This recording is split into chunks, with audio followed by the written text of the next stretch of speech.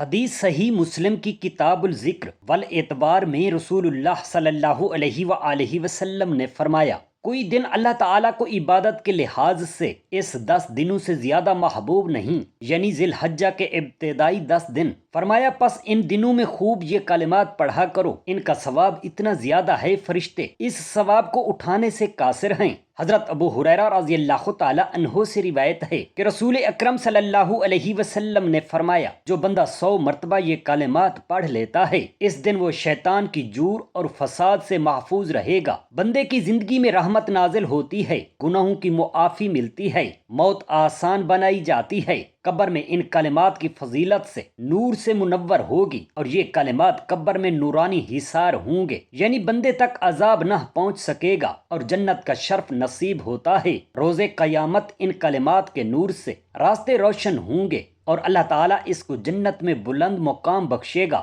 وہ کلمات یہ ہیں: بسم اللہ الرحمن الرحیم، السلام علیکم ورحمۃ اللہ۔ محترم ناظرین، حضرت براء بن عازب رضی اللہ تعالی عنہ بیان کرتے ہیں کہ نبی کریم صلی اللہ علیہ وآلہ وسلم نے عید قربان کے روز ارشاد فرمایا، آج ہم اپنے اس 10 دن کا آغاز یوں کریں گے کہ پہلے ہم نمازیں پڑھیں گے، پھر واپس آ کر قربانی کریں گے۔ جس نے یہ کام کیا تو اس نے ہماری سنت کو پا لیا۔ سیدنا براء رضی اللہ تعالی عنہ سے روایت ہے کہ نبی اکرم صلی اللہ علیہ وآلہ وسلم نے فرمایا، جس نے نماز عید کے بعد جانور ذبح کیا اس کی قربانی پوری ہو گئی اور اس نے مسلمانوں کے طریقہ کو پا لیا۔ بحوالہ حدیث بخاری۔ حضرت انس بن مالک رضی اللہ تعالی عنہ سے مروی ہے کہ نبی کریم صلی اللہ علیہ وآلہ وسلم نے ارشاد فرمایا، جس نے عید کی نماز کے بعد قربانی کی تو تحقیق اس کی قربانی مکمل ہو گئی اور اس نے مسلمانوں کی راہ کو پا لیا۔ رسول اکرم صلی اللہ علیہ وآلہ وسلم کی بارگاہ اقدس عالیہ میں عرض کیا گیا، اگر کوئی آدمی مفلس و نادار ہو، قربانی کی طاقت نہ رکھتا ہو تو کوئی صورت ہے جس سے وہ قربانی کا ثواب حاصل کر سکے؟ تو آپ صلی اللہ علیہ وآلہ وسلم نے ارشاد فرمایا، اگر وہ آدمی عید کے روز 4 رکعات نفل پڑھے اور ہر رکعت میں سورہ فاتحہ یعنی الحمد شریف کے بعد 11 مرتبہ سورہ کوثر پڑھے تو اللہ تعالیٰ 60 قربانیوں کا ثواب اس کے نامہ اعمال اور دفتر حسنات میں درج فرمائے گا۔ اے امت مسلم کے غریبوں، ناداروں اور مفلسوں، تمہاری قسمت کا کیا کہنا؟ تمہیں آقائے کائنات صلی اللہ علیہ وآلہ وسلم نے قربانی کے ثواب سے محروم نہیں رکھا، قبولیت دعا کے اس خاص موقع پر بھی تمہیں یاد رکھا۔ اب حضور اقدس صلی اللہ علیہ وآلہ وسلم کے بتائے ہوئے طریقوں پر عمل پیرا ہو کر قربانی کے ثواب میں شامل ہو جاؤ اور درود و سلام کے گلدستے نچھاور کرو اس محبوب نبی کریم صلی اللہ علیہ وآلہ وسلم پر، جنہوں نے اس قربانی کی عظیم ثواب سے تمہیں وافر حصہ عطا فرمایا ہے۔ حضرت ابو ہریرہ رضی اللہ تعالی عنہ فرماتے ہیں، حضور اکرم صلی اللہ علیہ وآلہ وسلم نے ارشاد فرمایا، جس نے اپنی قربان کی کھال کو بیچا اس کی قربانی نہیں ہوگی۔ حضور اکرم صلی اللہ علیہ وآلہ وسلم نے حضرت علی کرم اللہ وجہہ کو حکم فرمایا تھا کہ جانور کی کھالیں اور لگامیں وغیرہ صدقہ کرو، قربانی کے جانور کی کوئی چیز بھی فروخت نہ کی جائے۔ بحوالہ حدیث سنن کبریہ۔ قربانی صرف رضائے خدا بندی، اتباع سنت نبوی، خلوص نیت، تقوی و طہارت اور احکام شرعیہ کی تابع داری کے جذبہ سے قربانی دینے والوں کو بارگاہ ربوبیت سے جو انوار و تجلیات اور فضائل و برکات نصیب ہوتے ہیں، درج ذیل روایات سے ان کا بخوبی اندازہ کیا جا سکتا ہے۔ ام المؤمنین حضرت عائشہ صدیقہ رضی اللہ تعالی عنہا بیان کرتی ہیں کہ رسول پاک صلی اللہ علیہ وآلہ وسلم نے ارشاد فرمایا، بحوالہ مشکات شریف سے، عید قربان کے دن کسی شخص کا کوئی عمل اللہ تعالیٰ کے نزدیک خون بہانے یعنی قربانی کرنے سے زیادہ پسندیدہ نہیں، کیونکہ قیامت کے روز قربانی کا جانور اپنے سینگوں، اپنے بالوں اور کھروں سمیت آئے گا اور قربانی کا خون زمین پر گرنے سے پہلے اللہ تعالیٰ کے ہاں مقبول ہو جاتا ہے، پس تم خوشی سے قربانی کرو۔ حضرت مولا علی کرم اللہ وجہہ ارشاد فرماتے ہیں، نبی کریم صلی اللہ علیہ وسلم نے ارشاد فرمایا، ترجمہ، اے لوگوں، قربانی کرو اور اس کے خون میں ثواب کی نیت کرو، کیونکہ قربانی کا خون اگرچہ زمین پر گرتا ہے مگر وہ اللہ تعالیٰ کی حفاظت میں ہوتا ہے۔ حضرت امام حسین رضی اللہ تعالی عنہ فرماتے ہیں کہ رسول پاک صلی اللہ علیہ وآلہ علیہ وسلم نے ارشاد فرمایا، جس آدمی نے خوشی کے ساتھ اور ثواب کی نیت سے قربانی کی تو وہ قربانی اس کے لیے آگ سے بچاؤ کا سامان بن جائے گی۔ حضرت ابو سعید خدری رضی اللہ تعالی عنہ بیان کرتے ہیں کہ رسول کریم صلی اللہ علیہ وآلہ وسلم نے اپنی صاحبزادی حضرت سیدہ فاطمہ رضی اللہ تعالی عنہا سے فرمایا، اے فاطمہ اپنی قربانی کے پاس کھڑی ہو جاؤ، کیونکہ قربانی کے خون کے ہر قطرہ کے بدلہ میں تمہارے پچھلے سب گناہ بخش دیے جائیں گے۔ حضرت فاطمہ رضی اللہ تعالی عنہا نے عرض کیا، یا رسول اللہ صلی اللہ علیہ وسلم، کیا یہ اجر و ثواب صرف ہم اہل بیت کے لیے ہے یا ہمیں اور تمام مسلمانوں کو بھی یہ اجر ملے گا؟ تو آپ صلی اللہ علیہ وآلہ وسلم نے فرمایا، یہ اجر ہمارے لیے اور تمام مسلمانوں کے لیے بھی ہے۔ حضرت علی رضی اللہ تعالی عنہ سے بھی اسی طرح کی ایک روایت منقول ہے، لیکن اس میں چند الفاظ کا فرق ہے۔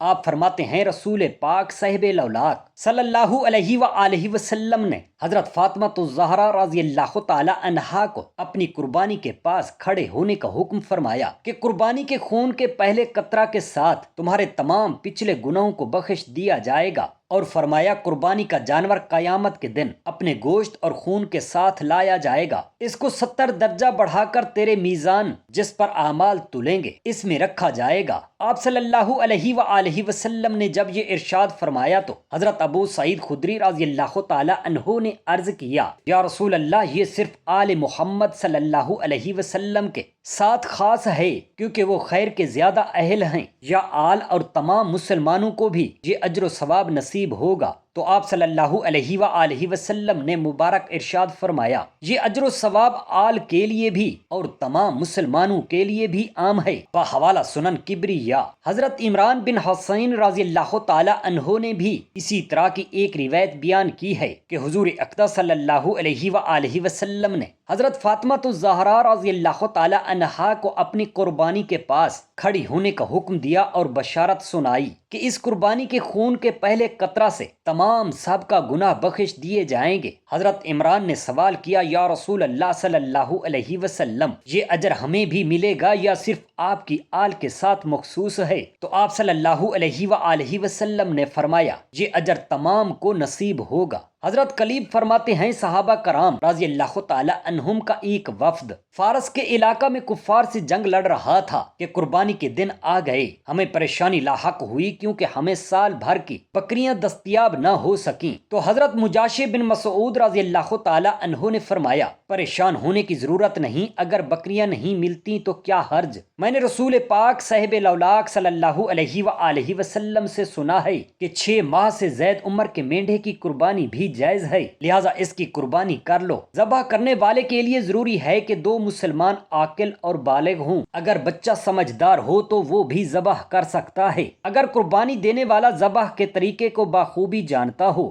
تو خود ذبح کرے، ورنہ کسی متقی، پرہیزگار اور نیک سیرت آدمی سے ذبح کرائے، اور قربانی دینے والا آدمی جانور کے قریب کھڑا ہو، کیونکہ حضور اکرم صلی اللہ علیہ وآلہ وسلم خود اپنے دست مبارک سے اپنی قربانی ذبح فرمایا کرتے تھے۔ اور جب آپ نے حضرت فاطمہ الزہرا رضی اللہ تعالی عنہا کی قربانی کو ذبح کرنے کا ارادہ فرمایا تو انہیں حکم دیا کہ وہ اپنی قربانی کے قریب کھڑی ہو جائیں، جانور کو بھوکا پیاسا ذبح نہ کریں، چھری وغیرہ کو اچھی طرح تیز کر لیا جائے تاکہ جانور کی رگیں آسانی سے کٹ جائیں، جیسا کہ حضور اکرم صلی اللہ علیہ وآلہ وسلم نے فرمایا، جب جانور ذبح کرنے لگو تو چھری اور ذبح کے آلہ کو اچھی طرح تیز کر لو اور اپنے ذبیحہ کو آرام پہنچاؤ، اور یہ احتیاط ملحوظ خاطر رہے کہ جانور کو لٹانے سے پہلے چھری کو تیز کیا جائے۔ ایک آدمی بکری کو لٹا کر چھری تیز کرنے لگا تو حضور اکرم صلی اللہ علیہ وآلہ وسلم نے اسے سختی سے ڈانٹا کہ کیا اس بیچاری کو کئی موتیں دے گا، جانور لٹانے سے پہلے چھری تیز کیا کرو۔ حدیث مبارک میں چھری تیز کرنے اور اسے جانور سے چھپانے کا حکم ہے۔ بحوالہ حدیث ابن میجہ حضرت عبداللہ ابن عباس رضی اللہ تعالی عنہ سے روایت ہے کہ بنو خثیم کی ایک عورت رسول پاک صلی اللہ علیہ وآلہ وسلم کی خدمت بابرکت میں حاضر ہوئی اور عرض کیا کہ میں غیر شادی شدہ عورت ہوں اور شادی کرنا چاہتی ہوں، شوہر کے کیا حقوق ہیں؟ رسول اللہ صلی اللہ علیہ وآلہ وسلم نے فرمایا بیوی پر شوہر کا یہ حق ہے کہ جب اس کا ارادہ کرے اگر اس کے ارادے کے وقت وہ اونٹ کی پیٹھ پر ہو تب بھی اسے نہ روکے۔ بیوی پر یہ بھی حق ہے کہ شوہر کی اجازت کے بغیر نفلی روزے نہ رکھے، اگر اس نے ایسا کیا تو وہ بھوکی پیاسی رہی اور اس کا روزہ مقبول نہ ہوگا، اور اگر شوہر کی اجازت کے بغیر گھر سے نکلی تو اس پر فرشتے لعنت کرتے رہتے ہیں جب تک کہ وہ واپس نہ آ جائے یا توبہ نہ کر لے۔ رسول اللہ صلی اللہ علیہ وآلہ وسلم کا فرمان مبارک ہے کہ اگر میں کسی کو کسی کے لیے سجدہ کرنے کا حکم کرتا تو عورت کو حکم دیتا کہ وہ اپنے شوہر کو سجدہ تعظیمی کرے، کیونکہ بیوی پر شوہر کے بہت حقوق ہیں۔ رسول اللہ صلی اللہ علیہ وسلم نے فرمایا کہ جب عورت 5 نمازیں پڑھے، رمضان المبارک کے روزے رکھے، اپنی عزت کی حفاظت کرے اور اپنے خامند کی اطاعت کرے تو وہ اپنے پروردگار کی جنت میں داخل ہوگی۔ محترم ناظرین، ماں باپ پر حق ہے کہ وہ لڑکی کی اچھی تربیت کریں اور اسے ایسی تعلیم سے نوازیں کہ جس سے وہ اچھی طرح رہنا سہنا اور شوہر سے اچھے سلوک کے آداب جان جائے۔ ایک روایت میں آتا ہے کہ حضرت اسماء بنت خارجہ فنزاری رضی اللہ تعالی عنہا نے اپنی بیٹی کی شادی پر اس سے فرمایا کہ اب تم اس گھر سے رخصت ہو رہی ہو جو تمہارا نشیمن تھا، اس سے نکل کر تم ایسے بستر پر جا رہی ہو جس سے تم نے کبھی چاہت نہیں کی، تم اس کی زمین بن جاؤ وہ تمہارا آسمان بن جائے گا، تم اس کا بچھونا بن جاؤ وہ تمہاری عمارت بن جائے گا، تم اس کی خدمت گار بنو تو وہ تمہارا خادم بنے گا، اس سے کنارہ کشی نہ کرنا ورنہ وہ تم سے دور ہو جائے گا، اور اس سے دوری اختیار نہ کرنا ورنہ وہ تمہیں بھلا دے گا، اگر وہ تیری قربت کا خواہ ہو تو اس کے نزدیک ہو جانا، اگر وہ تجھ سے دوری کا خواہ ہو تو بھی اس سے دور ہو جانا، تم اپنی ناک، کان اور آنکھ کی حفاظت کرنا تاکہ وہ تم سے اچھی خوشبو کے علاوہ مزید کچھ نہ سونگھے اور تم سے اچھی بات کے علاوہ اور کچھ نہ سنے اور ہمیشہ تمہیں اچھا ہی دیکھے۔ محترم ناظرین، نکاح ایک طرح کی اطاعت ہے، اس لیے بیوی شوہر کی اطاعت گزار ہے اور اس کے لیے لازم ہے کہ اس سے جو کچھ شوہر طلب کرے وہ اس کی فرما برداری کرے، لیکن شرط یہ ہے کہ وہ اسے اللہ رب العزت کی نافرمانی کا حکم نہ دے۔ بیوی پر شوہر کے حقوق کے بارے میں متعدد احادیث مبارکہ وارد ہوئی ہیں، چنانچہ رسول اللہ صلی اللہ علیہ وآلہ وسلم کا فرمان مبارک ہے کہ جس عورت کا اس حال میں انتقال ہوا کہ اس کا شوہر اس سے خوش ہو تو وہ جنت میں جائے گی۔ رسول اللہ صلی اللہ علیہ وآلہ وسلم نے فرمایا کوئی دن اللہ تعالیٰ کو عبادات کے لحاظ سے ان 10 دنوں سے زیادہ محبوب نہیں، پس ان دنوں میں خوب یہ کلمات پڑھا کرو، ان کا ثواب اتنا زیادہ ہے فرشتے اس ثواب کو اٹھانے سے قاصر ہیں۔ اللہ اکبر، اللہ اکبر، لا الہ الا اللہ، واللہ اکبر، اللہ اکبر وللہ الحمد، بحوالہ مسند احمد۔ صحیح مسلم کی کتاب الذکر والاعتبار میں بیان ہے کہ حضرت ابو ہریرہ رضی اللہ تعالی عنہ سے روایت ہے کہ رسول اکرم صلی اللہ علیہ وآلہ وسلم نے فرمایا من قال لا الہ الا اللہ وحدہ لا شریک لہ لہ الملک ولہ الحمد وہو علی کل شیء قدیر۔ 100 مرتبہ روزانہ کہنے والے کے سر دفتر میں 100 نیکیاں لکھ دی جائیں گی اور 100 گناہ مٹا دیے جائیں گے، اور اس دن وہ شیطان کی جور اور فساد سے محفوظ رہے گا اور سورج طلوع ہو جائے گا، حالانکہ روز قیامت اس کی نور سے راستے روشن ہوں گے، اور اللہ تعالیٰ اس کو قبر میں نور عطا فرمائے گا اور جنت میں بلند مقام بخشے گا۔ اس ذکر کی بدولت بندے کی زندگی میں رحمت نازل ہوتی ہے، گناہوں کی معافی ملتی ہے، موت آسان بنائی جاتی ہے، قبر میں روشنی ہوتی ہے اور جنت کا شرف نصیب ہوتا ہے۔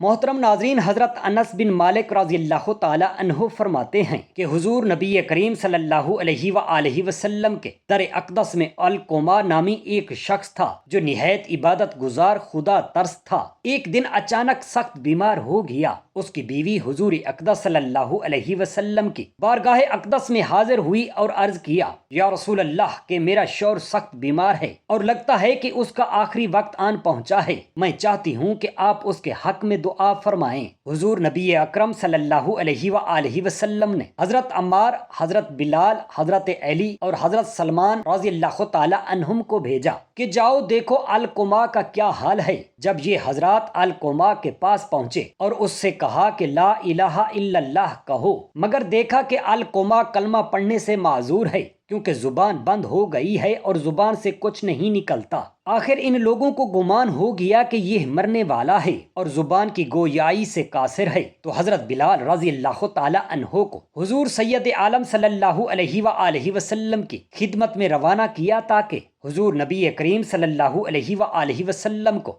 ان کی حالت سے آگاہ کر دیا جائے۔ حضرت بلال رضی اللہ تعالی عنہ نے حضور پاک صاحب لولاک صلی اللہ علیہ وسلم کی خدمت میں عرض کیا کہ حضور، ہم نے ہر چند کوشش کی کہ ان کی زبان سے کلمہ جاری ہو، مگر ان کی زبان سے کچھ نہیں نکلتا۔ حضور پاک صاحب لولاک صلی اللہ علیہ وآلہ وسلم نے پوچھا، القما کے والدین حیات ہیں؟ عرض کی، والد فوت ہو گیا ہے، والدہ بڑھیا اور نہایت ضعیف اور موجود ہیں۔ فرمایا، القما کی ماں کے پاس جاؤ اور کہو کہ اگر میرے پاس آنے کی طاقت ہے تو لیتے آنا، ورنہ میں خود آ جاؤں گا۔ حضرت بلال رضی اللہ تعالی عنہ نے القما کی ماں کے پاس جا کر حضور رحمت للعالمین صلی اللہ علیہ وآلہ وسلم کا سلام پہنچایا اور کہا کہ اگر چلنے کی طاقت ہو تو میرے ساتھ حضور پاک صلی اللہ علیہ وآلہ وسلم کے پاس چلیے، وگرنہ حضور پاک صلی اللہ علیہ وآلہ وسلم خود تشریف لائیں گے۔ یہ سن کر القما کی ماں نے کہا، میں حضور اقدس صلی اللہ علیہ وآلہ وسلم پر قربان جاؤں، میں حضور پاک صلی اللہ علیہ وآلہ وسلم کی خدمت اقدس میں خود حاضر ہوں گی۔ ایک لاٹھی لی اور حضور پاک صلی اللہ علیہ وسلم کی خدمت بابرکت میں حاضر ہوئی اور سلام عرض کیا۔ حضور پر نور صلی اللہ علیہ وآلہ وسلم نے سلام کا جواب دے کر فرمایا کہ یہ تو بتاؤ القما کس قسم کا آدمی ہے، مگر جھوٹ نہ کہنا کیونکہ میرے پاس وہی آتی ہے۔ بڑھیا نے کہا، القما بڑا نیک اور عبادت کرنے والا اور روزہ رکھنے والا اور سخاوت کرنے والا زمانہ میں یکتا آدمی ہے۔ آپ صلی اللہ علیہ وآلہ وسلم نے فرمایا، یہ تو سب کچھ اچھا ہے، مگر تمہارے ساتھ کیا معاملہ کرتا تھا؟ کہا، حضور میں اس سے بہت ناراض ہوں اور مجھ سے بے جا سلوک کرتا تھا کہ اپنی بیوی کو مجھ پر فضیلت دیتا تھا اور مجھے اس کی تابع دار بناتا تھا، لہٰذا میں اس سے ناخوش ہوں۔ اس کے علاوہ اور کوئی بات نہیں کہ اس کی شکایت کی جائے۔ یہ سن کر حضور پاک صاحب لولاک صلی اللہ علیہ وآلہ وسلم نے فرمایا کہ زبان بند ہونے کی وجہ ماں کی ناراضگی ہے۔ آپ صلی اللہ علیہ وسلم نے حضرت بلال رضی اللہ تعالی عنہ سے فرمایا کہ جاؤ اور بہت ساری لکڑیاں جمع کر کے لاؤ تاکہ القما کو اس آگ میں ڈال دیا جائے۔ القما کی ماں نے کہا، حضور میرے لڑکے کو جو میرے جگر کا ٹکڑا ہے میرے سامنے جلایا جائے گا تو مجھ سے کیوں کر برداشت اور صبر ہوگا؟ حضور پاک صاحب لولاک صلی اللہ علیہ وآلہ وسلم نے فرمایا، اے القما کی ماں، اللہ پاک کا عذاب اس سے زیادہ دردناک اور تکلیف دہ ہوگا۔ اگر تجھے ناپسند ہے تو معاف کر دے اور خوش ہو جا، ورنہ قسم ہے اس ذات پاک کی جس کے ہاتھ میں میری جان ہے، نہ اس کی فرض نماز قبول ہوگی نہ نوافل۔ القما کی ماں نے کہا، یا رسول اللہ صلی اللہ علیہ وآلہ وسلم، آپ گواہ رہیں میں نے اس کو معاف کر دیا اور اس سے راضی ہو گئی۔ یہ سن کر حضور پاک صلی اللہ علیہ وآلہ وسلم نے حضرت بلال رضی اللہ تعالی عنہ سے فرمایا کہ اب جا کے دیکھو القما کا کیا حال ہے۔ حضرت بلال رضی اللہ تعالی عنہ القما کے دروازے پر ہی پہنچے تو سنتے ہیں القما با آواز بلند کہہ رہا ہے، لا الہ الا اللہ محمد الرسول اللہ۔ اسی کلمہ پر انتقال ہو گیا۔ حضور پاک صلی اللہ علیہ وآلہ وسلم تشریف لائے، غسل کفن کا حکم فرمایا، بعد ازاں قبرستان میں ٹھہر کر فرمایا کہ ایک گروہ مہاجرین و انصار جو شخص اپنی بیوی کو ماں باپ سے زیادہ سمجھے گا اس پر خدا کی لعنت ہے، نہ اس کی فرائض نماز قبول ہوتی ہے نہ ہی نوافل، لہذا والدین کی خدمت اور تعظیم نہایت لازم ہے، اور والدین کے خلاف قدم رکھنے والے کی بھی نماز قبول نہیں ہوتی۔ سبحان اللہ۔ اللہ تعالی ہم تمام مسلمان بہن بھائیوں کو اپنے فضل و کرم سے دینی دنیاوی معاملات آسان فرمائے، آمین یا رب العالمین۔ جزاک اللہ خیرا کثیرا۔